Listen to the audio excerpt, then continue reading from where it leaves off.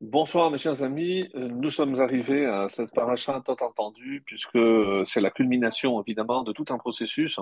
Toute la sortie d'Égypte visait, comme le verset l'avait dit, Ta'avdoun. Donc on ira servir Dieu sur le mont Sinaï, et le noun supplémentaire dans le mot Ta'avdoun nous rappelle que 50 jours après la sortie d'Égypte, 50e jour, donc après 7 semaines, donc on s'apprête à recevoir la Torah.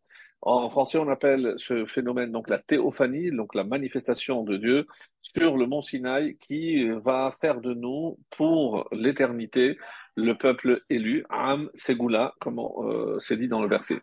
Alors, on a les années précédentes abordé donc cette paracha sous différents aspects, et on espère toujours se renouveler et essayer d'apporter toujours de nouveaux éléments sur une paracha tellement riche parce que on a toujours traité le titre Yitro, comme on a donné une paracha aussi importante, le don de la Torah à quelqu'un qui s'est converti. Certes, c'est le beau-père de Moshe, et comme le Midrash ne manque pas de nous le souligner, lorsque Yitro est arrivé, Moshe est sorti vers lui, donc forcément les 70 anciens également, le Sanhédrin, et tout le peuple est sorti accueillir cet homme extraordinaire, Yitro, qui non seulement est le beau-père de Moshe, mais qui était Kohen Midian, c'était un prêtre qui avait servi, d'après le Midrash, toutes les idolâtries, et évidemment il fallait que lui donne ce ton. Alors il y a une marloquette, il y a une divergence d'opinion de savoir si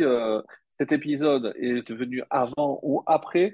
Est-ce qu'il est resté pour recevoir la Torah? Parce que d'après certains avis, il est venu avant, donc ça suit l'ordre, mais il est parti juste avant de recevoir la Torah.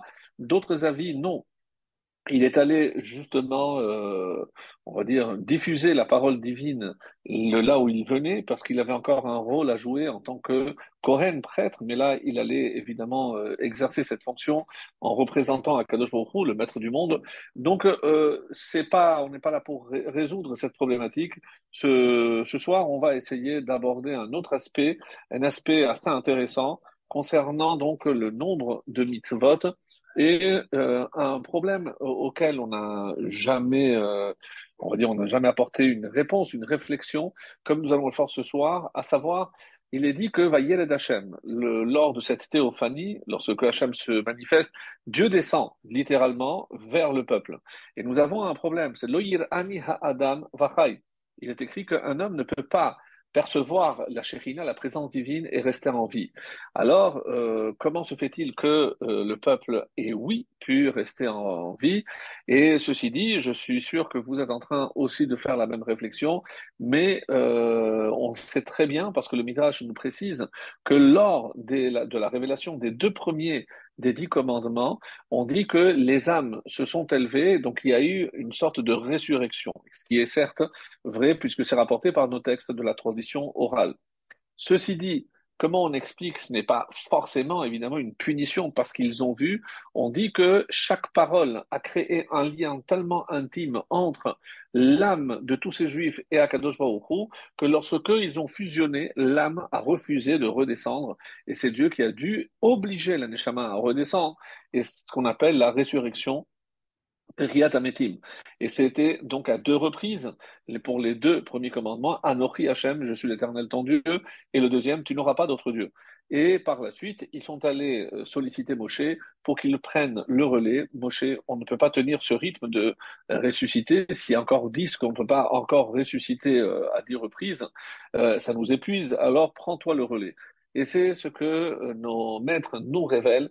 Pourquoi il est écrit dans Devarim, Torah Tzivala nous Moshe, Moshe nous a ordonné la Torah.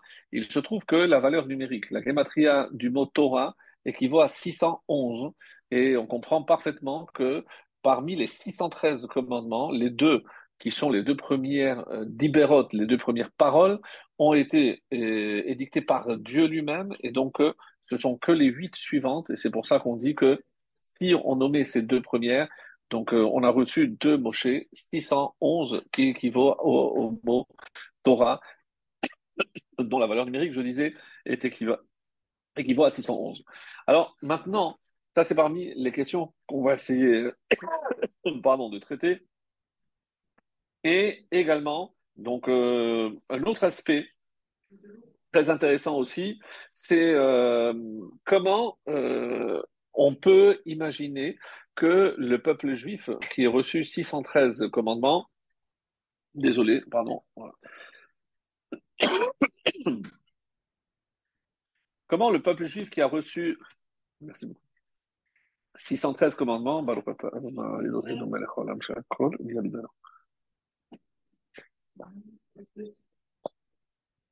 comment imaginer que on peut tous tout faire? C'est-à-dire, sur les 613, il est évident qu'un juif, même s'il vit centenaire, il ne pourra pas accomplir toutes les mitzvot pour la simple et bonne raison qu'il y en a qui ne dépendent pas de sa personne. Par exemple, tout ce qui touche à la terre, même si on habite en Israël, on n'a pas un terrain. Tout ce qui touche le temple, tout ce qui touche les corbanotes, tout ce qui touche les kohanim, tout ce qui touche les rois. Donc, évidemment qu'on ne peut pas imaginer qu'on va tous pouvoir faire. Alors, comment expliquer que, comme le Zohar va nous le dire, et c'est ce qu'on va essayer de voir à partir de certains textes, c'est que la répartition des mitzvot en 248 d'un côté et 365 d'un autre, c'est-à-dire 248 commandements positifs, en hébreu, on appelle ça assez. C'est comme un ordre fait. Donc, ça implique une action. Et l'autre, lota assez, ou lave, ce sont des interdictions. 365. Et le Zohar fait une correspondance assez intéressante en disant à quoi correspond cette répartition. Et c'est comme ça que il est dit dans Vaishlach, le Zohar nous dit Yesh Adam Ramach Evarim. Il y a en l'homme une répartition évidemment qui ne correspond certainement pas à celle que les médecins ou la médecine aujourd'hui peut nous fournir, mais il y a 248 membres. Kedel et Kabel Ramah Mitzvot Aseh. Et pourquoi ce chiffre 248? Parce qu'il équivaut justement aux mitzvot positifs qu'un homme doit faire. Veshasta Hagidim, et il y a 365 nerfs, tendons ou des veines, c'est comme ça que la Torah l'appelle, Keneged Shassah Mitzvot Lotaase, comme les 365 commandements négatifs, Vekeneged Shassah Yemotachama, et comme les 365 jours d'une année solaire. Donc, comme s'il y avait donc forcément un lien et on va voir que ce lien est beaucoup plus que par rapport au nombre, mais beaucoup plus profond, à savoir que chaque mitzvah que je fais correspond à une partie de mon corps et c'est ce qui, quelque part, lui donne la vitalité dont il a besoin. Donc, un homme en vie, c'est un homme qui commande, qui fait les commandements, qui fait les mitzvot. Vachai bahem, lorsque la Torah dit, voici les commandements que l'homme fera, vachai bahem, il vivra par eux, c'est pas simplement une vie comme nous on aurait entendu, mais parce qu'à travers chaque mitzvah qui donne la vitalité à chacun des membres, et donc la question est beaucoup plus forte. D'après cette correspondance, comment expliquer qu'une grande partie de ces mitzvot, je ne puisse pas la faire, et comment alors je vais donner la vitalité qui correspond à la partie du corps qui correspond donc à telle ou telle mitzvah. Ça reste une énigme, mais ça, c'est les questions que va poser, entre autres, le Or HaChaim HaKadosh. Il pose ces deux questions. Comment imaginer qu'un juif peut tout accomplir? Parce que s'il y a une correspondance, comment expliquer que il y a des mitzvot que je ne ferai jamais. Alors, qu'en est-il des membres qui dépendent donc de ces mitzvot? Alors, parmi les réponses qui sont proposées, et c'est pour ça que c'est intéressant, parmi les réponses qui sont proposées, on nous dit que il y a, certes, dans le peuple juif, hein, il y a des catégories de personnes qui font une certaine catégorie de mitzvot. Donc c'est vrai qu'il y a les Kohanim, d'une part, il y a les Lévi'im, il y a Israël, il y a les rois, donc différentes catégories. Mais au moment où on a reçu la Torah, comme il est dit, le singulier Vayichan Sham Israël, tout le peuple a campé, alors qu'on dit qu'ils sont arrivés d'abord en pluriel et ensuite on est passé à un singulier. Tout ceci pour nous dire que, comme l'explique Rashi, que Ish Echad Belev Echad, comme un seul homme avec un seul cœur. Pourquoi un seul homme? Parce qu'à ce moment-là, on a formé une unité parfaite qui a fait que même si les différentes mitzvot vont à différentes parties du peuple, donc comme, si le peuple ou tout le peuple formait un corps humain. Et cela se trouve justement, on va dire, une confirmation, pour ainsi dire, parce que on a appris que Adam Arishon, avait une âme collective. Donc forcément, le peuple juif aujourd'hui est comme un corps. Alors, il y a ceux qui correspondent à la main, ceux qui sont, par exemple, les juifs qui sont plus dans l'action. Il y a ceux qui correspondent à la tête, au sechel. Donc, des mitzvot un peu plus intellectuels, donc des penseurs, des enseignants, des gens qui se consacrent à l'étude, des gens qui sont plus portés vers l'autre, donc ils vont faire beaucoup plus de social.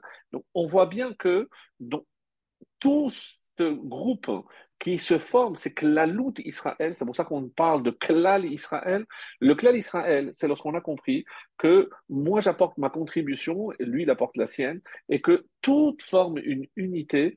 Vous comprenez pourquoi la atrinam, la haine gratuite, détruit cette unité, ce qui fait que si aujourd'hui, et c'est comme ça que l'affirment nos maîtres, s'il y a plus de gens malades, c'est parce qu'il n'y a pas justement cette partie qui nous protège, qui fait vivre telle ou telle partie de mon corps, parce qu'il n'y a pas cette union nécessaire, hein, pour que l'ensemble des commandements des mitzvot, ou alors encore pire, lorsqu'il y a une partie du corps qui refuse de faire ces mitzvot, donc c'est comme si il était atteint d'un cancer qui va gangréner malheureusement le corps, qui va s'étaler. Pourquoi? À cause d'une partie du peuple qui soit ne fait pas ou soit fait mal. Malheureusement, ça peut avoir des conséquences sur l'ensemble du peuple. C'est pour ça que lorsque on accomplit une mitzvah, on ne dit jamais Asher Kideshani, qui m'a sanctifié. On dit Asher Kideshanu bemitzvotav. Donc, on a été tous sanctifiés par les mitzvot. Nous tous, le peuple juif, hein, si jamais on se sépare ou si jamais il n'y a pas cette union, qui est Ish Echad Belev Echad, ça compromet pas simplement l'accomplissement de toutes les mitzvot, mais le bon état, le bon fonctionnement de ce corps général klali qu'on appelle Am Israël ou Klal Israël. Donc, c'est extrêmement, extrêmement important. Ça, c'est la première réponse proposée. La deuxième réponse, elle est plus simple et vous auriez pu imaginer, c'est que lorsqu'il y a une mitzvah que je ne peux pas accomplir, il y a toujours la possibilité de l'étudier. Unshalema falim sefatenu, l'étude peut remplacer. C'est pour ça que tous les matins, on lit les korbanot, parce qu'on ne peut pas, on n'est pas en mesure d'accomplir ces commandements, donc on les étudie et Hachem nous les compte comme si nous les avions réalisés. Donc le fait d'étudier, c'est pour ça que c'est tellement important d'étudier même des parties qui ne sont pas tellement pratiques pour nous, tout ce qui touche les corbanotes et autres, parce que c'est comme ça que finalement je peux englober la totalité du corpus de la Torah, des 613 commandements, et c'est comme ça que je peux à ce moment-là imaginer d'accomplir, pas dans les gestes, mais même dans l'intention. Et pour avoir cette intention, il faut évidemment se verser sur l'étude de telle ou telle mitzvah. Voilà ce qu'on pouvait dire déjà sur ce point-là. Alors, par ailleurs, le, la question est posée par le Or Gedalia, le Rav Sher, donc qu'on a cité souvent, et qui dit Hashem meromem otam, ki Hashem yored, ve'i efshar lirot et Hashem, comme c'est marqué dans le verset, Lo yir'ani adam vachai. Donc, qu'est-ce qui s'est passé? Comment expliquer que le peuple juif a pu supporter justement la vision, la présence de la Shekhinah au moment du Mahamad Har Sinai, lorsque on s'est tenu sur le mont Sinaï. Alors, quand ce passage, on l'avait déjà vu à plusieurs reprises dans le traité de Chagiga, où on dit que l'être humain ressemble par trois aspects à un ange et par trois aspects à un animal. Donc rapidement, je vais juste les rappeler. Donc pour l'ange, donc Da'at, la connaissance de Dieu, la conscience que Dieu existe, qu'il est à l'origine de tout ce qui existe. Ensuite, Koma Zekufa, donc il se tient debout, et c'est pas simplement l'attitude, c'est parce que il y a l'ordre dans lequel Hachem veut qu'on procède. Donc, il y a le Moar, il y a le Lev, et il y a les Klayot ou le Kaved. Donc, ces trois mots qui sont le cerveau, le cœur et le foie ou les reins, qui commencent par des lettres, même Lamed et Kaf qui me donne le mot Meler, c'est ce qui fait de moi un roi, parce qu'il ne faut pas oublier que je représente le roi ici-bas sur terre. Et donc la partie la plus élevée, et c'est pour ça contrairement à un animal où tout est à l'horizontale. Donc ça c'est Koma Zekufa et Mesaper Belashon HaKodesh. Et donc on a la possibilité non seulement de parler le ivrit, la Shon HaKodesh, mais le langage du sacré. C'est-à-dire, si on dit que Dieu a créé le monde par la parole, cette parole, il nous l'a transmise. C'est pour ça que Nefesh, Chaya, comme dit dans le livre de Bereshit, c'est Ruach Memalela. Qu'est-ce qui nous donne la vie? C'est la parole. Et donc, et c'est la parole, notre parole, qui maintient en vie ce que Dieu a créé par sa parole à lui. Et comment, quelle est cette parole? C'est bien l'étude de la Torah. Donc, quand j'étudie la Torah, j'étudie la sagesse de Dieu, donc je maintiens Mesaper Lashon Hara, Mesaper Lashon HaKodesh, pardon, et c'est pour ça que le Lashon Hara, c'est quelque chose qui court-circuite parce que je ne détruis pas simplement la personne sur qui je parle, mais quelque part, je suis en train de détruire le monde qui a été, lui, créé par la parole et me détruire par la même occasion parce que ce qui fait ma vie, c'est la parole constructive. Et quand je détruis ou je parle mal ou j'insulte quelqu'un ou je blesse quelqu'un, c'est pas simplement parler du mal, mais la shon hara, c'est le langage du mal. Donc, quand je fais du mal à quelqu'un, même à moi-même, en disant, par exemple, je n'arriverai jamais, je suis un incapable. Donc ça aussi, c'est du lachon hara. Et bien là, je détruis quelque chose que Dieu a construit. Et c'est pour ça que c'est tellement, tellement dangereux et tellement grave, d'ailleurs. Alors, les trois autres aspects, je rappelle, l'animal, on l'avait déjà vu, c'est on mange et on boit comme les animaux, on procrée, donc la procréation, et aussi les excréments, donc on fait ses besoins. Alors, qu'est-ce que HM va faire? Parce que chaque fois qu'on parle de ce qui s'est passé au Sinaï, on utilise le mot Ma'amad al Sinaï. Ma'amad, c'est on va dire, l'événement, un événement avec un grand E qui a eu lieu au Sinaï. Et pourquoi cette notion de Mahamad, c'est de Omed? Parce qu'on s'est tous tenus debout, certes, mais ce n'était pas le seul moment où on s'est tenu debout. Parce qu'on explique, c'est comme ça que c'est le Sfat Emet qui va dire pourquoi on appelle cet endroit toujours Mahamad Sinaï on dit Yom Asher Amata Lifne Hashem Bechorev. C'est le jour où tu t'es tenu debout. Oui, mais c'est pas la seule occasion où on s'est tenu debout. Donc, à quoi cela fait-il allusion? Parce que qui est appelé, pardon, Omed ou Omdim, des versets disent que c'est une appellation qu'on attribue aux anges. Les anges sont appelés Omdim, contrairement à l'homme qui est le Mehaler. L'homme avance, celui qui marche. Pourquoi? Parce qu'il est toujours en mouvement, il n'est pas stagnant. L'ange stagne, il a atteint un niveau, il ne peut pas évoluer. L'homme, il est toujours en devenir, donc il est Mehaler. Et celui qui permet, ce qui le permet d'ailleurs d'avancer, c'est la halacha. La halacha, c'est la loi, et la halicha, c'est le comportement. Anticré halachot, et la halichot, et la halachot. Donc, sans la halakha, je ne peux pas avancer. Et la halakha, c'est celle qui détermine le comportement que je dois avoir. C'est pour ça qu'elles sont complémentaires. Alors, qu'est-ce que Hachem a fait? Et ça, c'est l'explication du Or Gedalia magnifique. Il dit, donc, Dieu a pris comme précaution, depuis donc un mois après la sortie d'Égypte, c'est vrai qu'on n'avait plus de manne. Dieu aurait pu nous dire, ben, on n'avait qu'à prendre le bétail que vous avez, je peux vous envoyer des cailles, comme il l'a fait, une certaine période, mais il a voulu nous nourrir d'un pain céleste. Et pas simplement parce qu'il vient du ciel, mais parce que les Chachamim, dans le Midrash, appellent cette nourriture la nourriture des anges. Pourquoi? Parce qu'il n'y a pas de déchets. En effet, vous saviez que dès le 16, Tatet Zayin, le 16 Iyar, donc quasiment un mois après la sortie, on a commencé, la manne est tombée, et à partir de là, donc pendant les 40 ans, on s'est nourri exclusivement de manne. Et quelle a été la conséquence essentielle? C'est que on n'avait pas besoin, on n'avait pas d'excréments, on n'avait pas besoin d'aller aux toilettes. C'était un aliment tellement complet, tellement parfait, qu'il était complètement à 100% absorbé par notre corps et il n'y avait pas donc de déchets.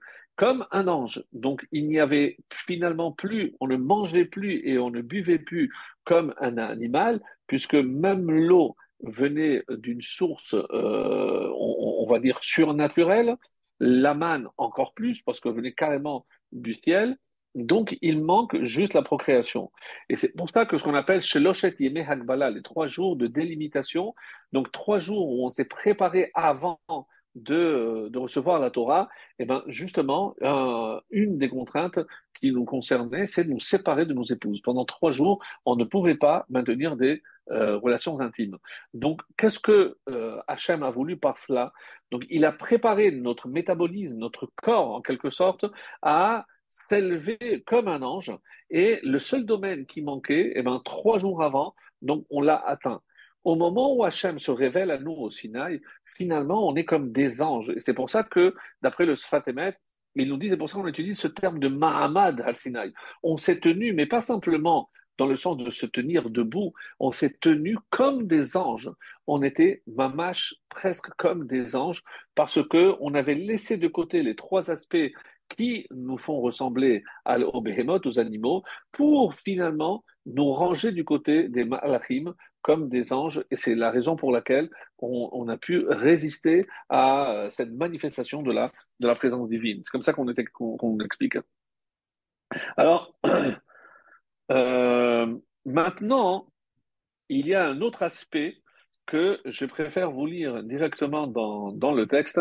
Donc, dans la paracha, un Rashi extraordinaire, le chapitre 20, le verset 16, qui dit la chose suivante. Alors, euh, 20 et le verset 16. Alors, qu'est-ce qui a marqué? Hop, tac,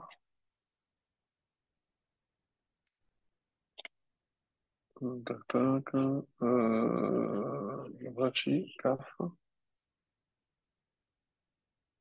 Qu'est-ce qui est marqué à ce sujet? Donc, Rachid nous dit, euh, c'est à la fin, ah oui, c'est pardon, c'est donc dans la paracha de Mishpatim.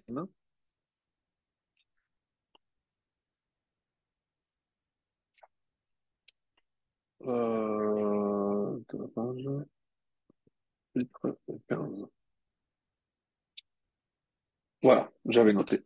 Alors, c'est la fin de la paracha, excusez-moi. Donc, le Chevi. Vechol ha'am roim et hakolot, ve'et halapidim, ve'et kol hashofar, ve'et ha'arashem, vayera ha'am vayanu, vayamdu merachok. Donc, c'est le verset 15 qui dit comme suit. Donc, quand Dieu a commencé à parler, tout le peuple vit les voix directement de Dieu et les flammes, le son de la corne de bélier et la montagne fumante.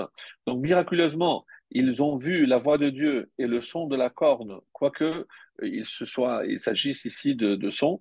Lorsque le peuple vit les voix, on va dire, de Dieu, ils tremblèrent. Donc ils reculèrent de la montagne d'une distance, on dit, d'après le Midrash, de 12 000, l'équivalence de 11,5 kilomètres, au-delà de la limite extérieure de leur camp, et ils se terrent à distance. Euh, Rashi nous dit à ce propos, Melamed, Shelo haya bahem echad suma. Pourquoi le texte dit que tout le peuple a vu? Pour nous dire qu'il n'y avait personne qui était aveugle.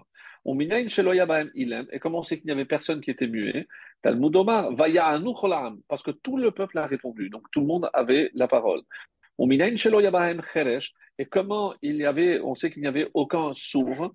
Talmud Lomar, naase venishma. Donc, comment je sais? Parce que tout le monde a répondu, ça veut dire que tout le monde avait entendu, et c'est ce que Rachid nous dit par rapport à ce passage, qui est tiré de la Mechilta, de Midrash, mais le Midrash continue. Donc tout comme d'où on sait que tout le monde a récupéré la marche, d'où ils se sont tenus.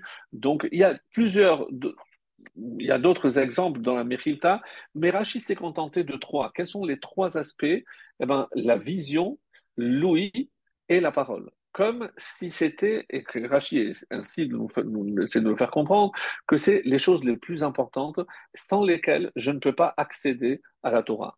Et comment je sais? Puisque là, le début de cette paracha commence par Vayishma Yitro. Évidemment que tout le monde a entendu ce qui s'était passé, mais lui, non seulement il a entendu, mais il a tiré des conclusions. En effet, on dit que Yitro avait déjà servi toutes les idolâtries possibles et imaginables, en rappelant ce que Rambam nous avait enseigné, qu'au départ, les hommes qui avaient considéré tout ce que Dieu avait placé comme intermédiaire, les astres et autres. Donc, ils ont oublié quelle était la source pour adorer uniquement les intermédiaires. Donc, quand il a su que tous ces intermédiaires, toutes ces formes de paganisme, d'idolâtrie étaient reliées à une seule et même source, donc il a franchi le pas avec tout ce que cela a impliqué évidemment pour quelqu'un comme Yitro, qui était réputé comme un prêtre et reconnu comme tel, même si après, on va le voir, donc il a été un peu rejeté par rapport à son choix, par rapport à sa conversion, pour ainsi dire. Donc Yitro a entendu et il ne s'est pas contenté d'entendre, comme nous disent nos Chachamim, tout le monde a entendu. Alors pourquoi c'est le seul qui est venu? Parce que il suffit pas d'entendre, mes amis. On peut voir parfois des choses, on peut entendre des choses, mais la différence entre celui qui va avancer, c'est qu'il va tirer des enseignements de ce qu'il a entendu. Et comme Yitro, c'est ce qu'il a voulu nous faire comprendre, c'est une des leçons que l'on tire de ce titre de la paracha, parce que si je sais entendre, c'est travailler l'écoute. J'assiste à un shiur de Torah, tout le monde écoute exactement la même chose, mais tout le monde ne réagit pas de la même façon. Comment cette écoute va jouer, comment elle va pénétrer mon cerveau, des fois mon cœur, et comment ça va se traduire après dans les gestes et dans les faits du quotidien. Parce que euh, avoir ou élargir les connaissances, c'est pas le but d'un shiur de Torah. Un shiur de Torah, c'est justement vaishma. Si j'entends, mais j'entends comme c'est d'ailleurs précisé que même dans les Aseret Adiberot, les 10 paroles, entre les espaces, entre une parole et l'autre, il y avait dans cet espace tout ce qui se rattachait à telle ou telle parole. Comme on va le voir, une explication qui est donnée par rapport à un chiffre qui est donné dans les lettres des 10 commandements. Combien de lettres, hein, et vous allez voir que c'est assez époustouflant. Alors, juste avant, pour que l'on comprenne qu'est-ce que ça vient nous enseigner, comme le Midrash Rabbah nous dit, et quelque chose de très étonnant, Rov Baale, donc la majorité de ceux qui étaient sortis d'Égypte, Baale Mumim Hayu. Ils étaient tous porteurs d'un certain défaut, ils étaient tous, on va dire, presque des estropiés. Pourquoi? Le Midrash nous explique en travaillant les briques, des fois ils glissaient, des fois ils tombaient, ils pouvaient se casser un bras, se casser l'épaule, alors, et il y avait évidemment personne pour les guérir. Donc, quand ils sont sortis, ceux qui sont sortis, ben, ils n'étaient pas tous évidemment en très bonne forme. On dit que ceux qui travaillaient avec le titre, avec la boue, avec le ciment, des fois ça sautait. Et donc, certains qui avaient perdu la vue, c'est pour ça que ce Rashi cite ici ce Midrash pour que l'on prenne conscience qu'au moment où on a reçu la Torah, Hachem avait guéri tous les Juifs et on en pose la question, mais il aurait pu attendre peut-être un peu plus. Si déjà il a attendu 3 mois, on avait expliqué les années précédentes pourquoi ce chiffre 3. Donc 3 jours, le troisième mois, la troisième tribu, le troisième de la fratrie, Moshe à 3 lettres, Lévi aussi à 3 lettres. Bon, il y avait avec le chiffre 3, on avait expliqué en son temps l'importance de ce chiffre 3 et Bachod et Shachelishi, le récit du don de la Torah commence aussi par le troisième mois, même s'il n'y a pas 3 mois complets, puisqu'on est sorti en 15. Après, il y a Iyar qui est complet, mais il y a le début de Sivan, puisqu'on a reçu le 6 ou le 7 selon d'autres avis, mais ça fait même pas 2 mois. Donc oui, mais ça s'étale sur 3 mois, donc sur Nissan, la sortie, Iyar et Sivan, même si c'est pas 3 mois complets. Mais si Hachem a déjà attendu ces 7 semaines, pourquoi ne pas attendre que peut-être la nouvelle génération, ben, ils seraient tous en bonne forme? Non. Hachem a voulu donner la Torah à cette génération comme une récompense et il ne pouvait pas se permettre de donner la Torah à des gens qui n'avaient pas la possibilité parce qu'ils n'étaient pas, on va dire, en bonne santé. Donc la condition, c'était qu'ils soient tous, et comme ça rapporte la suite du Midrash, Dieu a dépêché des malachim pour qu'ils guérissent tous avant même de recevoir la Torah. Il y a une autre raison, et c'est celle qu'on va voir par la suite, comme il est dit d'ailleurs, et ça fait partie d'un texte que certains lisent à la fin de la Tfila tous les matins, Kol ha-machala shel samti meIsraïm lo asim alecha, ani Hashem rofecha. Donc, toute maladie que j'ai posée, que j'ai donnée en Égypte, je ne la placerai pas en toi, qui ani Hashem rofecha, et n'oublie pas, je suis Hashem ton guérisseur. Alors, Quand je vois ici, comme on va le voir pour la fin de Mishpatim, donc là, on est au chapitre 24,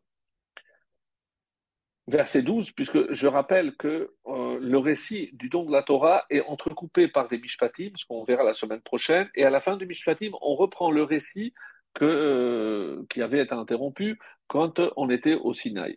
Qu'est-ce que Hachem dit? On est donc au chapitre 24 et c'est le verset 12. ויאמר השם אל משה עלה אלי ההר וישם ותנה לך את הלוחות האבן והתורה והמצווה אשר כתבתי להורותם.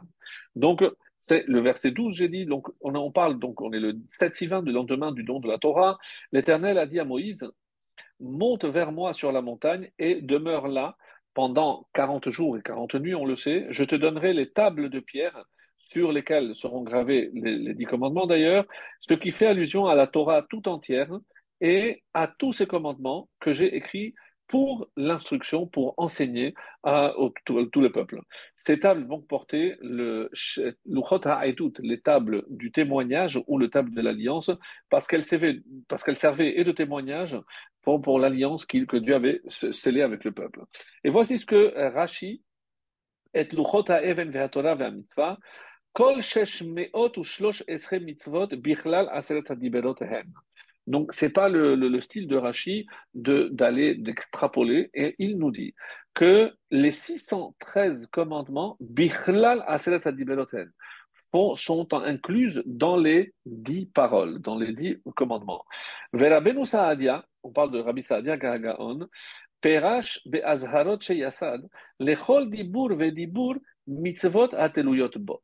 Donc, il a pris chacun des 10 et il a fait donc une étude pour nous expliquer comment chaque mitzvah, toutes les mitzvot qui sont liées aux 10 commandements. De là, pour nous, c'est quelque chose d'extraordinaire. Ça veut dire que dans chaque mitzvah, il y a un lien obligatoire avec un des 10 commandements. Alors, ça, c'est comme ça que c'est marqué. Et d'ailleurs, si je regarde la fin de la paracha de Yitro, de quoi on va nous parler, on nous rappelle les 3 fautes capitales, puisqu'il est dit, je dis directement en français, on ira plus vite. Nous sommes donc au chapitre 20, et c'est à partir du verset 20. On va prendre le 20. Alors, ne faites aucune représentation des anges que vous avez vus avec moi dans le ciel, ni des idoles d'argent, ni des idoles d'or. Vous ne ferez pas, donc, l'image des chérubins pour votre maison ou autre, donc ce qui est interdit. Donc ça, évidemment, c'est la Avodazara, puisque je n'ai pas le droit de faire des représentations. Le verset suivant, tu dois faire un autel pour moi sur la terre, de terre. À son côté, tu sacrifieras tes offrandes d'élévation et tes offrandes de paix. Là où je te permettrai que l'on prononce mon nom, j'irai vers toi et je te bénirai. Et plus tard, lorsque tu entreras pour la première fois en Israël, je t'ordonnerai d'ériger, ce qu'on va voir par la suite. Tu ne dois pas gravir mon autel par des marches afin que ta nudité n'y soit pas exposée. Alors, lot égalé à Herva, comme ça c'est marqué le texte. Donc il y a Gilou Yarayot, donc les relations interdites, lot égalé à Herva. Il y a une allusion, donc comme on l'a dit, à la Avodah Zara. Et si tu le fais, tu n'utiliseras pas, comme le verset 22 le dit, euh, lorsque tu me feras cet autel de pierre, tu ne le feras pas avec des pierres taillées. Car si tu lèves ton épée sur une pierre, tu la profaneras. Donc, tu n'as pas le droit d'utiliser du fer. De là, on apprend, donc, pourquoi le fer? Parce que le fer sert à tuer. Donc, shfichut damim. Donc, on voit comment je peux voir un lien. Shfichut damim, évidemment, c'est lotirza, ne pas tuer. Donc, la avodazara, et aussi lotin af, ne pas commettre d'adultère. Comme on l'a vu, c'est par rapport à Gilou Yarayot. Donc, encore un rappel où sont les 3 catégories essentielles par rapport aux 10 commandements. Alors, ça, c'est ce que on va voir maintenant aussi un passage extrêmement intéressant où vous allez voir comment il y a un lien extraordinaire entre la Torah et certains événements qu'on n'aurait pas pensé à relier. Et c'est pour ça que c'est tellement, tellement important de lire, comme Rashi va nous le faire, d'une manière magistrale, parce que si j'arrive à dire que au moment où on a entendu les 10 paroles, on n'a pas entendu que les 10 paroles. Donc, comme si entre chaque parole, il y avait tout ce qui était relié, toutes les mitzvot que je peux relier à telle ou telle mitzvah. Vous allez me dire, oui, par exemple, les tefilin. Oui, Hached Hotzeti Chameres Mitzrayim. Donc, comment je me souviens que c'est Hachem qui m'a fait sortir d'Égypte? Par le commandement des téphilines, par exemple. Donc, il y a beaucoup de choses qui ont été faites. Et un des passages très, très, très beaux, et on ne s'est jamais arrêté, on le connaît parce que c'est une paracha très connue. C'est la paracha de Nassau. Et dans la paracha de Nassau, voilà, j'avais noté ici, donc on voit tous les princes qui vont apporter un corban. Alors évidemment, tout le monde sait que ce sont les mêmes corbanotes. Euh, Ce sont les mêmes corbanotes que les 12 ont apportés. Alors la question est évidente, c'est pourquoi avoir répété? Et là, le Midrash nous a répondu, on a déjà vu en son temps, lorsqu'on avait parlé de cette paracha, c'est parce que le da'at, le mental, la pensée que chacun, la kavana que chacun a eue était différente.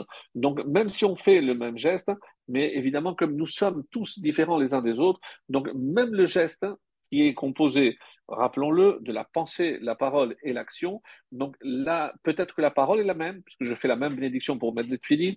Peut-être que le geste, la mitzvah est la même, j'ai le même sofer, j'ai mis le même tefilin, mais la pensée, évidemment, est différente. Et si la pensée est différente, ça transforme et l'acte, évidemment, restera unique comme ma pensée est unique. Alors, il y a dans l'ordre, on commence évidemment par la tribu de Yehuda, et on arrive Bayom Hasheni, et écrive Netanel ben Tzuar, Nessi Issachar. Le deuxième jour, c'est le prince de la tribu de Yissachar. Alors, il y a marqué écrive et Korbano, et Kaharat Kesef Echad, on nous donne tous les détails, mais il est marqué, c'est curieux, il a apporté son offrande, Hikriv et Korbano. Pourquoi je dis que c'est curieux? Parce que si vous regardez, je vais vous lire un autre jour, Bayom Hashelishi, le Nasi, Eliav ben Chelon, Korbano, son Korban, Kaharat Kesef Echad, et c'est vrai pour tous. Le seul où il y a marqué Hikriv, c'est Yissachar.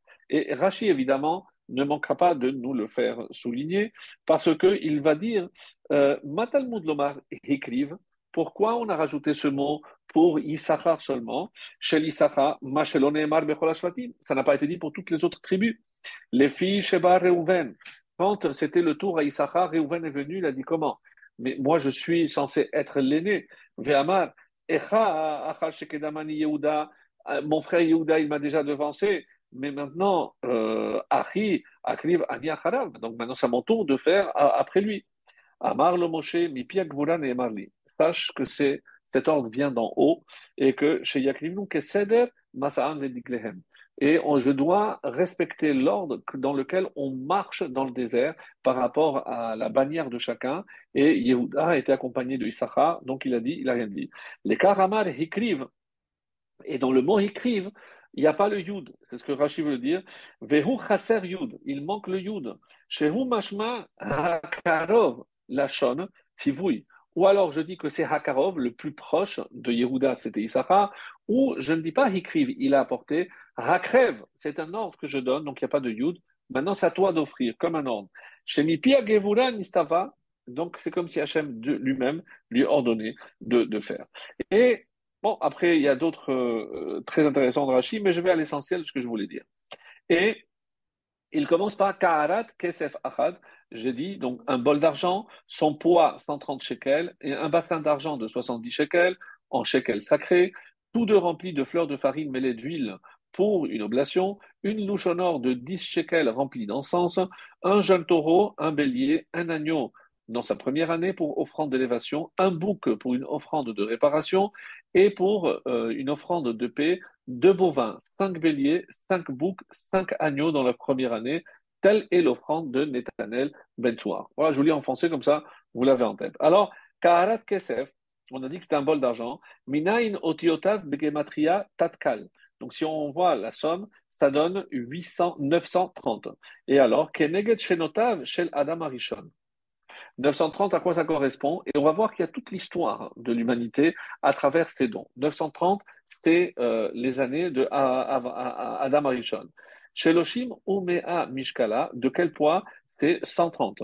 Al Shem Shekesheheaimi Toldot Lekiyum Haolam Ben Mea Shloshim Shana Haya.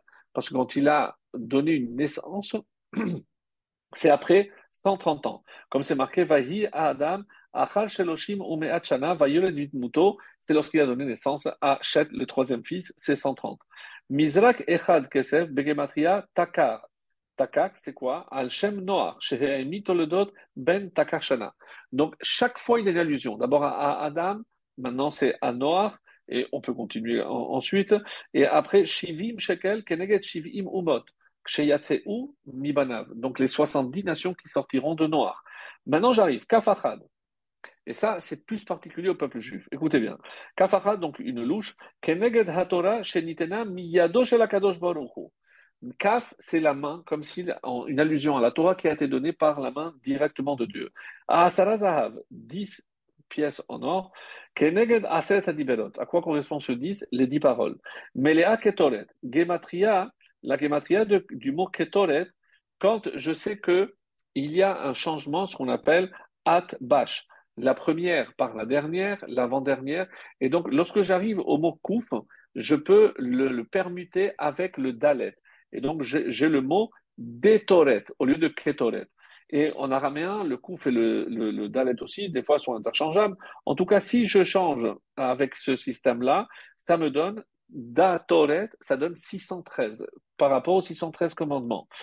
Par Echad, un taureau, Keneged Abraham, Shenemar Bo Vaikach Ben Bakar, Keves Echad, Aïl Echad, Keneged Yitzhak, Vaikach et Aïl. Donc on a commencé à Adam, après on a vu Noach, après on a vu 70 nations, maintenant on passe à Abraham, maintenant c'est Yitzhak. Ensuite, Keves Echad, Keneged Yaakov, Vehashvatim, et Akevasim, parce qu'il avait séparé. C'est Irizim, Lechaper al Mechilat Yosef. Pourquoi on dit que c'est une offrande de réparation, c'est par rapport à la vente de Yosef.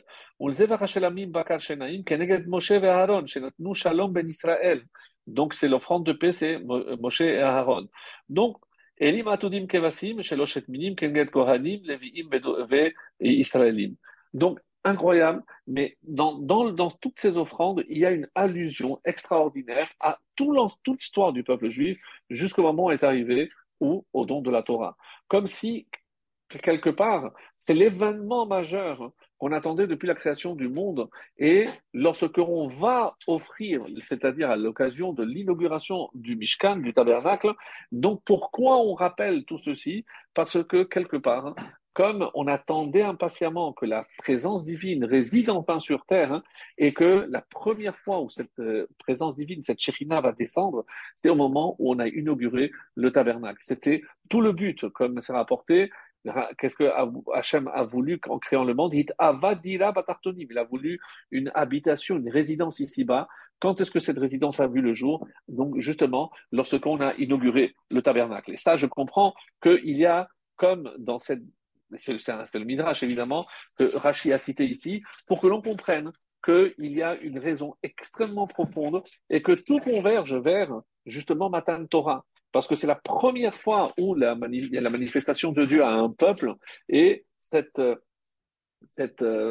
manifestation sera en quelque sorte concrétisée quand le temple sera construit, le Mishkan dans le désert, pour garder en quelque sorte cette présence divine qu'on a eu la chance d'avoir au moment du don de la Torah.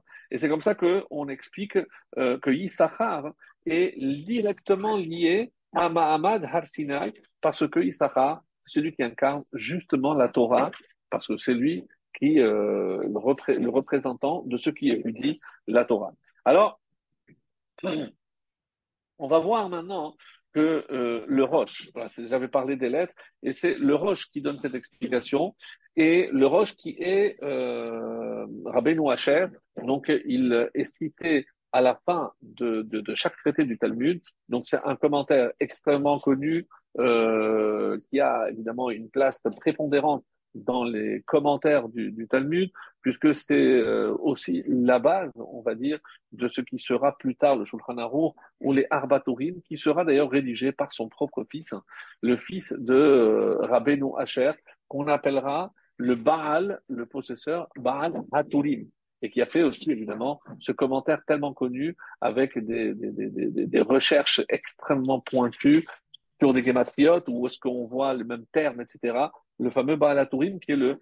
Alors le Roche dit, si je prends maintenant les Aseret Adiberot, je prends depuis le Aleph, la première lettre, et jusqu'à l'Echol Asher Lerecha, jusqu'à l'Echol Asher Lerecha, les trois derniers mots des 10 commandements, je trouve 613 lettres. Et curieusement, c'est son fils qui va va expliquer ce que son père a voulu dire. Pourquoi? Parce que si je compte les lettres, je n'ai pas 613, mais 620. Alors, il explique, mon père a voulu dire Ad lechol. Donc, tu mets de côté Asher lerecha, les deux derniers mots non inclus, jusqu'à l'Echol, et si je compte effectivement, puisque Asher 3, lerecha 4, 3 et 4, 7, donc si j'enlève 7, effectivement, j'arrive à 613.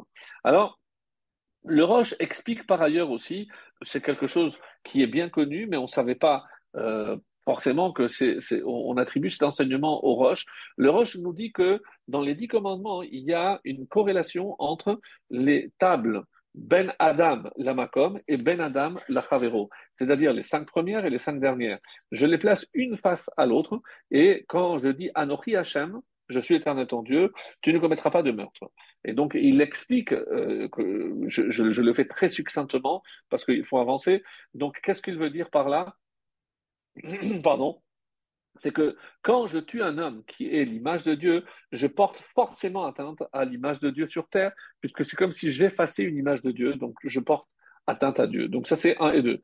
Ensuite, un et 6. Après, 2 et 7. Qu'est-ce que c'est 2? Tu n'auras pas d'autre Dieu. Face à quoi? Tu ne commettras pas d'adultère. Pourquoi? Parce que comme ça qu'il explique, parce que en quelque sorte, quand le juif fait Avodazara, c'est comme s'il trompait Dieu. Et donc, évidemment, l'adultère, c'est comme tromper son mari. Et c'est pour ça que, pour les deux fautes, évidemment, c'est la peine de mort. Après, il y a l'otissa, ne pas prononcer le nom de Dieu en vain. L'otignov, hein, ne pas voler. Pourquoi? Parce que si on t'attrape et que on te dit, est-ce que tu as volé? Si je jure que je n'ai pas volé, je vais faire un serment en vain. Et donc, je vais utiliser le nom de Dieu pour mentir, pour me protéger de l'accusation de vol. Zachor et Lota'ane. Zachor, c'est le jour du Shabbat, et tu ne feras pas de faux témoignage. Là, c'est beaucoup plus évident parce que on dit qu'un faux témoignage, celui qui ne fait pas Shabbat, qui ne respecte pas Shabbat dans les règles, c'est comme s'il était en train de témoigner que ce n'est pas Dieu qui a créé le monde et qu'il n'a pas arrêté le septième jour. Et c'est la raison pour laquelle le Shabbat, la rentrée de Shabbat, le kiddush du vendredi soir, je me mets debout parce en disant Vaïchoulou Hashamaïm, qu'est-ce que je suis en train de faire? Je suis en train de témoigner que Dieu a créé le monde et que le septième jour, il a cessé. Et c'est une des raisons pour lesquelles certains disent que les femmes peuvent être dispensées parce qu'elles ne peuvent pas témoigner. Mais bon, la coutume, c'est généralement que la femme aussi se dresse à ce moment-là, même si elle n'est pas apte à témoigner. Mais en tout cas, pour le Shabbat, elle fera comme tout le monde. Donc ça, c'est un faux témoignage par rapport au Shabbat.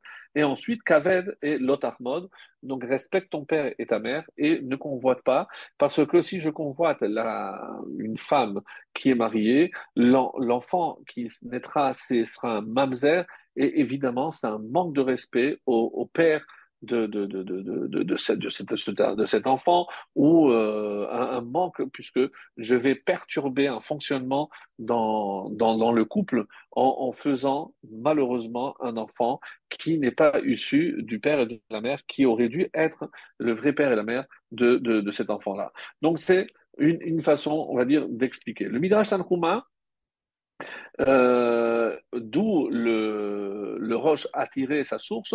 Donc tout ce que l'on vient de dire, c'est le Roche cite en quelque sorte, est inspiré du Midrash Tanhuma. Le Baal HaTurim, donc comme je disais, le fils vient nous dire, oui, je sais ce que vous êtes en train de vous dire par rapport à mon père, qu'il s'est trompé. Pourquoi il s'est trompé? Parce qu'il n'y a pas 613, mais 620. Et il va dire non. Sachez qu'il ne faut pas compter les deux derniers mots. Et pourquoi alors on parle de 620 et pas de 613? Et il nous dit parce qu'il y a 7. 7, à quoi ça correspond? Une première réponse, c'est les 7 lois de Noah. Alors, mais évidemment, il y a un problème. Si je dis que c'est les 7 lois noachides, mais les 7 lois noachides sont incluses dans les 613. Pourquoi? Parce que ne pas commettre d'adultère, de meurtre, etc., on les a déjà. Donc, ce serait une répétition. Et là, on répond pas du tout.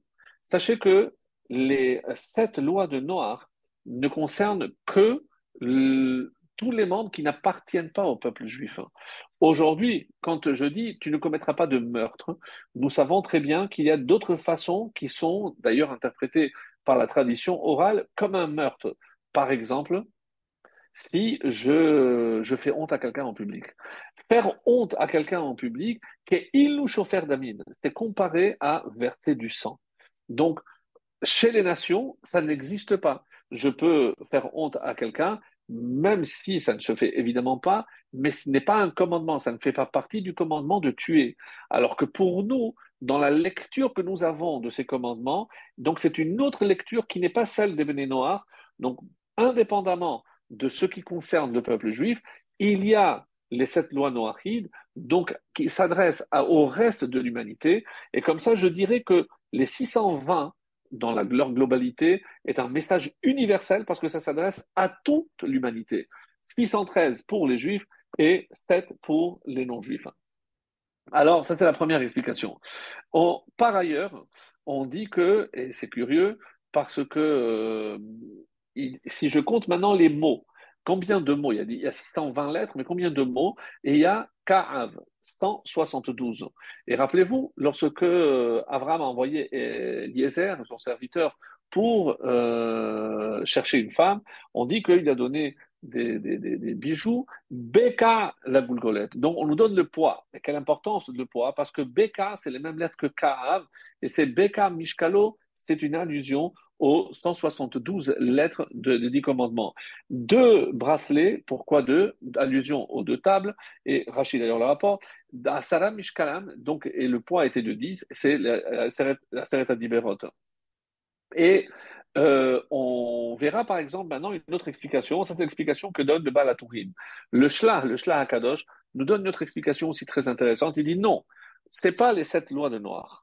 Parce que même s'il y a des changements, mais évidemment que c'est inclus. Je ne peux pas imaginer que ça puisse enseigner autre chose. Et alors, il va nous dire, alors à quoi ça fait allusion? Et le Shla Kadosh nous dit, c'est les 7, ce qu'on appelle les Sheva Mitzvot des Rabbanan. Il y a 7 commandements qui ont été instaurés par nos sages et qui s'appellent d'ailleurs, euh, quand on les appelle, le Sheva des Rabbanan. Quand on fait la bracha pour ces sept mitzvot, on dit aussi Asher Kideshanu Bemizota Vetsivanu, alors que ce n'est pas d'ordonnance de la Torah. Et il y a un moyen mémotechnique pour nous rappeler quelles sont les 7 lois des Rabbanan. Alors, le moyen mémotechnique, c'est Be'anan Hacham, dans un nuage chaud.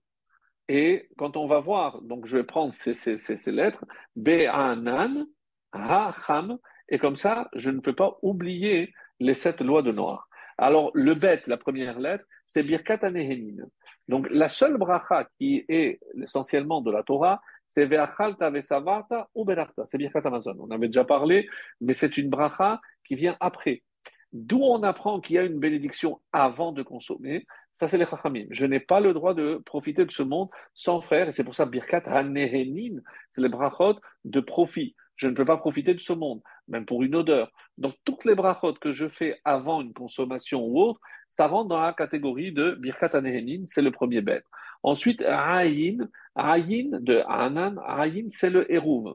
Le Hérouv, rappelez-vous, c'est lorsque, par exemple, il y a un jour de fête qui précède le Shabbat, je n'ai pas le droit normalement de cuisiner d'un jour de fête pour un autre, à plus forte raison, donc, et pour Shabbat non plus. Qu'est-ce qui me permet de le faire? Ce qu'on appelle Eruv Tafshilin. Donc, avant d'entrer de la fête, je commence à préparer déjà ce qui sera consommé le Shabbat et ce qui m'autorise à. Donc, je mélange en quelque sorte. Eruv, c'est un mélange. Je mélange en quelque sorte le les jours, pour que je puisse continuer à préparer pour. Il y a aussi Eruv Troumine. Donc, quand je ne dois pas dépasser le jour du Shabbat 2000 coudées, à peu près 1000 mètres. Donc, si jamais j'ai besoin d'aller au plus loin, je peux mettre un repas à la fin de ces 2000 coudées et ça me prolonge encore de 2000 coudées. Donc, je mélange pour pouvoir faire en sorte que ce qui est délimité fasse partie de ce qui est permis. Ou alors, Eruv Hatzerot, c'est par exemple s'il y a des parties communes dans un immeuble ou dans une copropriété, donc je fais Eruv Hatzerot. Donc, trois types de Eruv, et juste parce que je trouve que cet enseignement magnifique, c'est la Chassidoute nous explique d'où vient ce mot Eruv. Eruv, c'est mélangé. Donc, d'une part, je limite, et d'autre part, avec le Eruv, je permets dans tout. Normalement, je n'ai pas le droit de porter dans tel endroit, mais en faisant le héros, donc ce qui était interdit m'est permis. Je n'avais pas le droit de dépasser les 2000 coudées, mais avec le héros, je peux dépasser. Donc ce qui est interdit est permis. Et de la même façon, je n'ai pas le droit de préparer d'un jour à l'autre, mais en faisant le héros, alors je rends permis ce qui est interdit. Et très très bel enseignement de la Chassidoute, on dit le mot érouve. Quand je limite quelque chose, c'est la mida de rigueur. Donc c'est midat adin, gevura. Lorsque je permets quelque chose, c'est midat chesed. Donc qu'est-ce que c'est le érouve? C'est le mélange de chesed et de gevura. Où je retrouve ça dans le mot érouve? Si vous prenez la première et la dernière lettre, c'est ayin et he. C'est 75. C'est, pardon, Aïn et Bet, Eruv, Bet. Donc, Av. Et c'est quoi? Chesed. Si vous prenez le mot Chesed, 72. Donc, les lettres de la première et la dernière donnent Chesed, 72. Et si je prends les trois lettres de l'intérieur, Yud, Resh et Vav, donc ça me donne la même gematria que Gevura. Donc, qu'est-ce que c'est le Eruv? C'est le mélange du Chesed et le mélange de Gevura. Donc, lorsque la Gevura limite, le Chesed autorise. Donc, comment le mot Eruv se retrouve donc dans ce mélange de ce qui est interdit avec ce qui est permis? C'est un enseignement magnifique. Alors, après, Be'anan, Nun netilat yadayim, asher kideshan v'mizvotav etzivanu, An netilat yadayim. Donc, ça, c'est le premier Nun. Le deuxième Nun, c'est Ner, Shabbat et Yom Tov. Donc, le fait d'allumer les bougies de Shabbat et de Yom Tov, on dit aussi Asher kideshan, qui nous a sanctifiés par les mitzvot, mais la Torah nous a pas sanctifiés. Mais oui, mais c'est les Chachamim qui l'ont instauré. Le He, Ha-Ham, et He, c'est Hallel, donc la récitation du Hallel. Donc aussi, la Baracha que je fais est une instauration des Chachamim. Et ensuite, les deux dernières lettres correspondent aux deux dernières fêtes qui ne sont pas bibliques. Chet pour Hanouka, l'allumage évidemment de la Hanoukia, et même c'est pas Purim, non, c'est Megillah, la lecture de la Megillah. Et avec ces sept lois des Rabbanan, donc rappelez-vous, Be'anan Hacham, donc vous allez me dire, mais pourquoi ces mots comme ça? Bon, ça aussi, c'est pas un simple moyen mémotechnique, et Be'anan, parce que ça nous rappelle que au moment du don de la Torah, il y avait aussi une nuée. Donc, pour que l'on comprenne que ces sept mitzvot ont la même importance que ce qu'on a reçu lorsque la nuée s'est présentée, et Hacham, je dois le faire avec la même chaleur, donc que je fais ce que Hachem nous a ordonné. Mais ce n'est pas tout.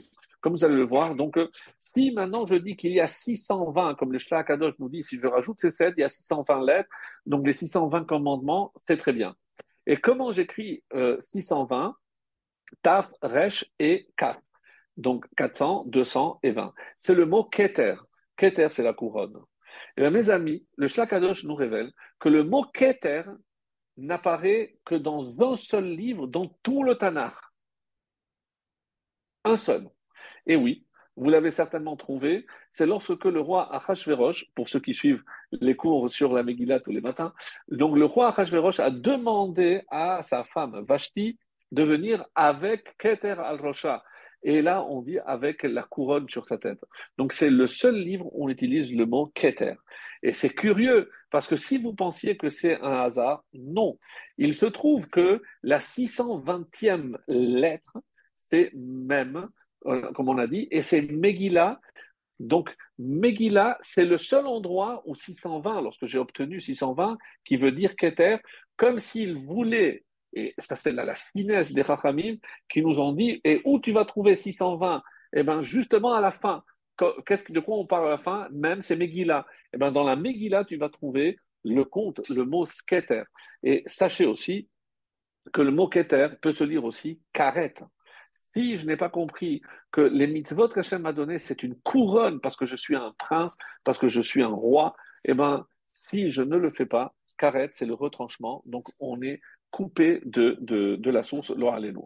Alors, et maintenant, je peux expliquer ce qui est dit, c'est un Tiferet Israël, c'est un commentaire sur les Mishnayot, et il dit comme ça que son père lui a expliqué, Le'anchil ohavai yesh. Donc, un enseignement très classique, on dit que Hachem va nous faire hériter à tout ce qu'il nous aime, yesh.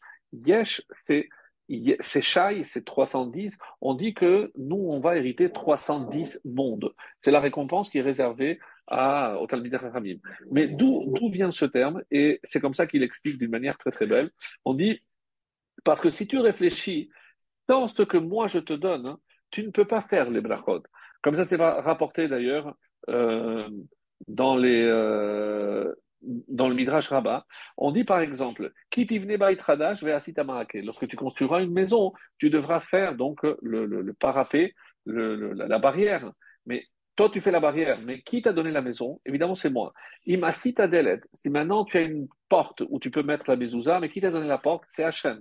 Maintenant, tu peux écrire les mezuzot.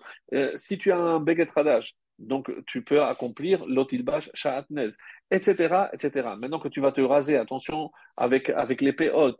Et, autrement dit, qu'est-ce il explique le Tiferet d'Israël, c'est que sur les 620 commandements, la moitié du mérite revient à Dieu. Parce que toi, tu fais les mitzvot, mais c'est moi qui te permets d'accomplir ces mitzvot. Et c'est pour ça que la moitié du mérite, donc je ne te donne que 310 pour que tu te rappelles que c'est moi qui t'ai donné l'opportunité de faire ces mitzvot.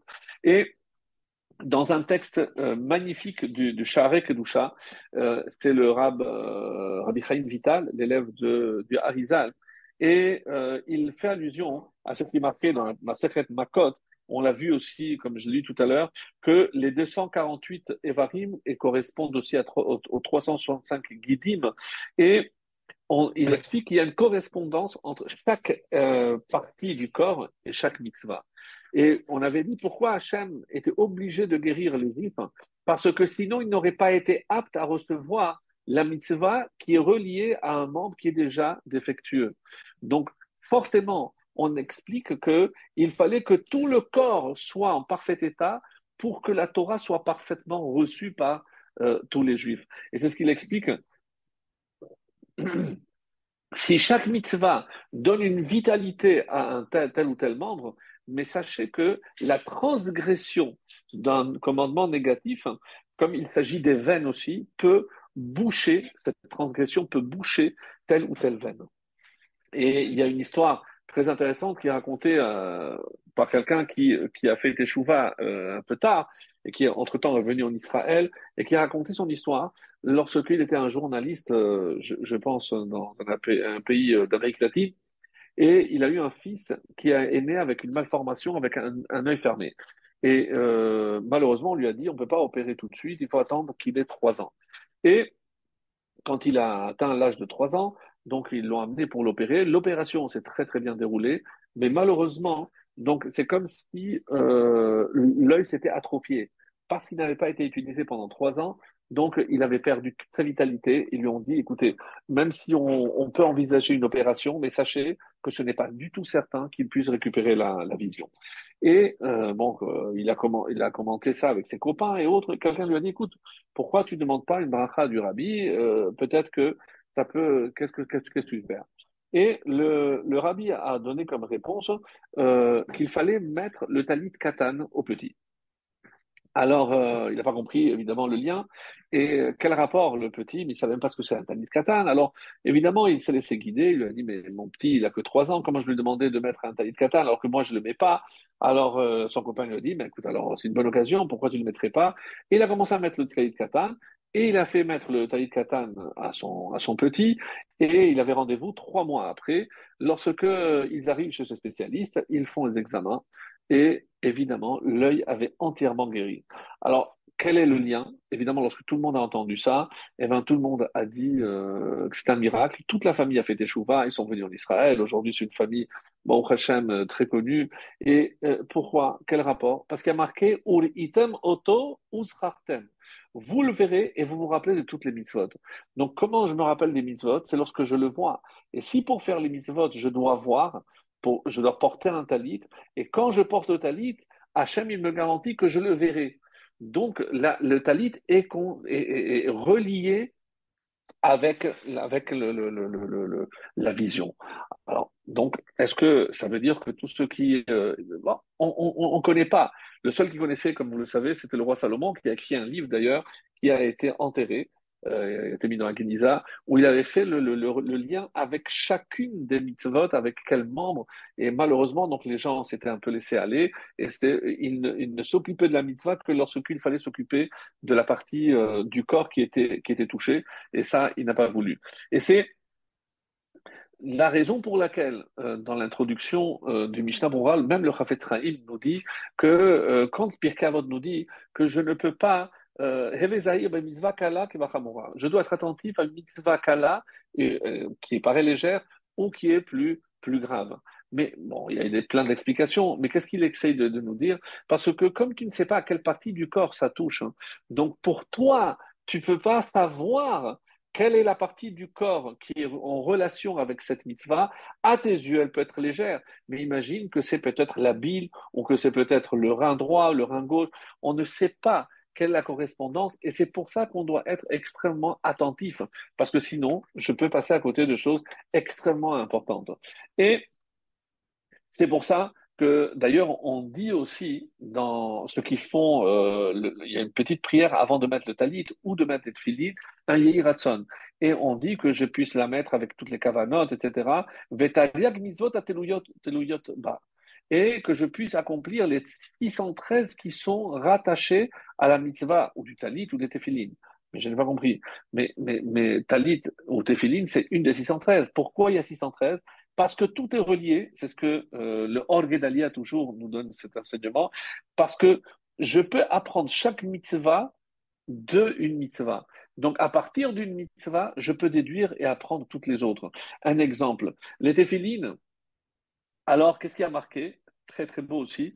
Les téphilines, il y a marqué que toutes les nations verront et Yarehu Mimeka, ils te craindront. Alors, à quoi ça fait allusion? Qu'est-ce qu'ils vont voir? On dit qu'on mettra le téphilin, on avait déjà parlé avec le shin à droite, le shin à gauche, les trois et quatre branches, etc. Donc, et quel est le lien? Comme il explique, parce que, et c'est le Khatam Sofer qui donne cette réponse magnifique, si je prends, et quand j'ai dit que c'est lié au premier mot, Bereshit, hein, donc si je prends le mot Bereshit et j'enlève le shin, donc, j'enlève le shin, berit, beriat, shin. Donc, si en dehors du shin, bereyat, bet 2, 200, 1, 10 et 400, en enlevant le shin du mot bereshit, il y a 613. Et qu'est-ce qu'il reste? Le shin. C'est comme si je disais tariag shel shin. C'est les 613 qui sont liés au shin. Et quel est ce shin? On dit qu'évidemment, le shin, c'est les téphinites de la tête. Donc, comme le Baal HaTurim va expliquer aussi dans ce verset, Veyareu mimeka, Veyareu mimeka, pourquoi, comme on vient de dire, c'est le Shin.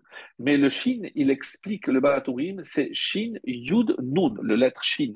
Donc, qu'est-ce que c'est? Shem Hashem Nikra. Le nom de Dieu est inscrit, est appelé.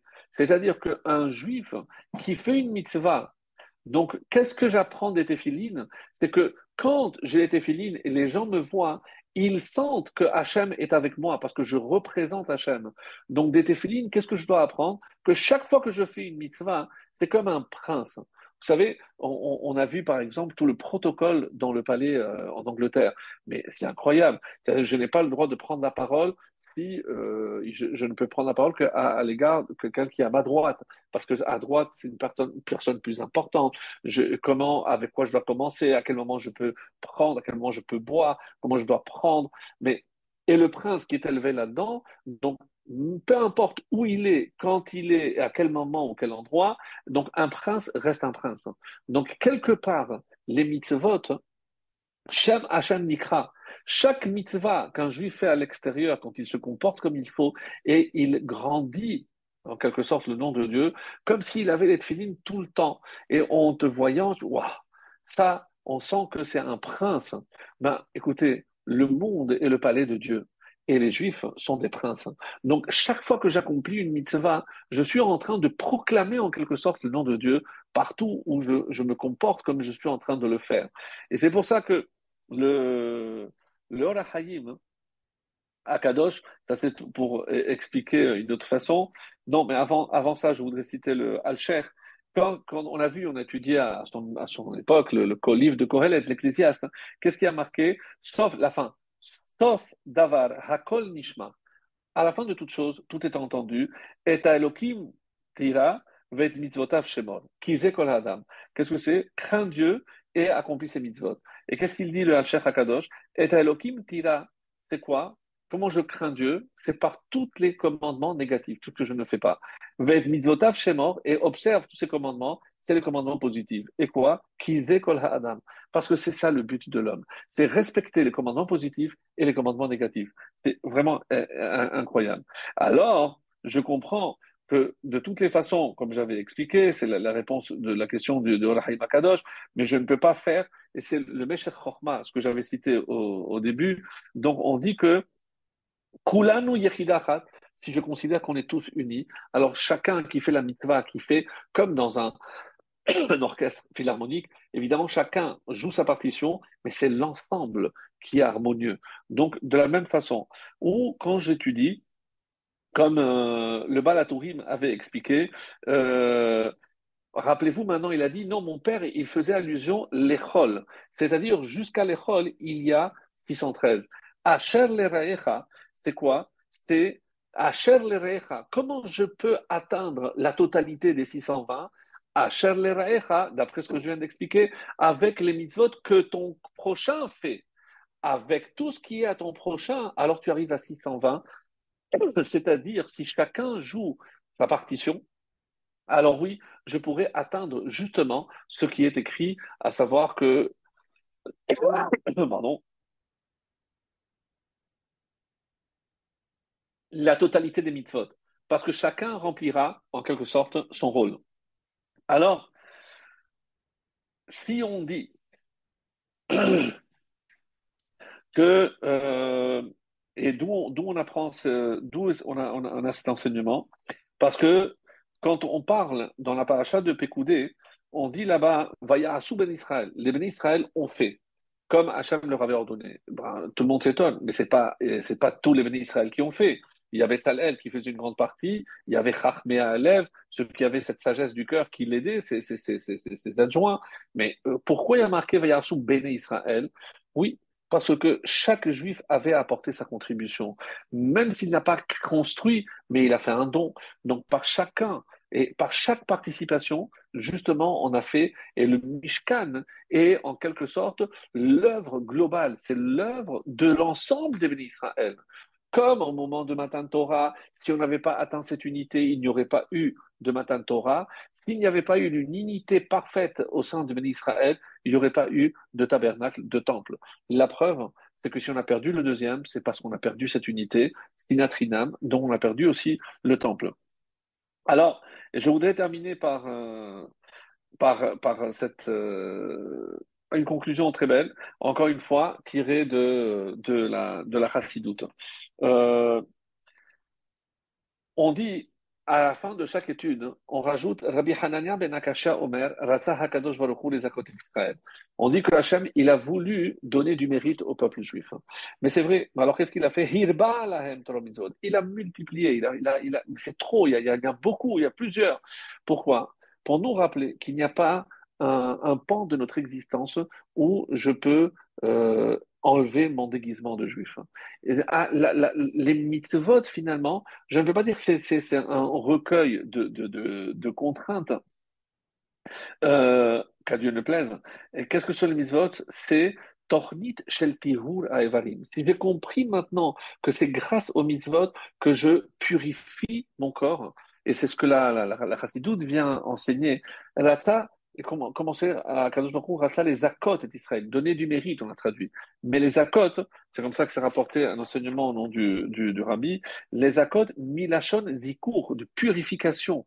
Et c'est pour ça, Haraton shel Kadosh Baruch Hu, lo sheyekudim yagiu lidei bitul haelokut. C'est pas simplement qu'ils s'annulent devant Hachem, et là, chez Yifal Bahem, Inyan shel zikour, mais qu'ils se rendent compte qu'à travers chaque fois, chaque mitzvah qu'ils font, c'est pas uniquement pour se rapprocher de Dieu, mais c'est pour se purifier eux-mêmes.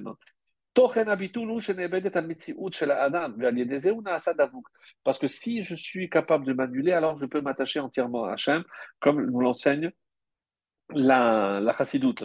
Et Ma'amar Rabotenu, Asher Ramach mitzvot asehem keneged Ramach Evarim, donc c'est dans Yigrot HaKodesh, Veshasa mitzvot otase keneged Shasa Gidim, Pashut she'en zerak dimion bemispar. Évidemment, c'est pas simplement parce qu'il y a une correspondance au niveau des chiffres, et la sheveare adam mekabelim chayut alidei aset mitzvot. C'est quand j'accomplis une mitzvah, ce que je disais, c'est ce qui donne la vitalité.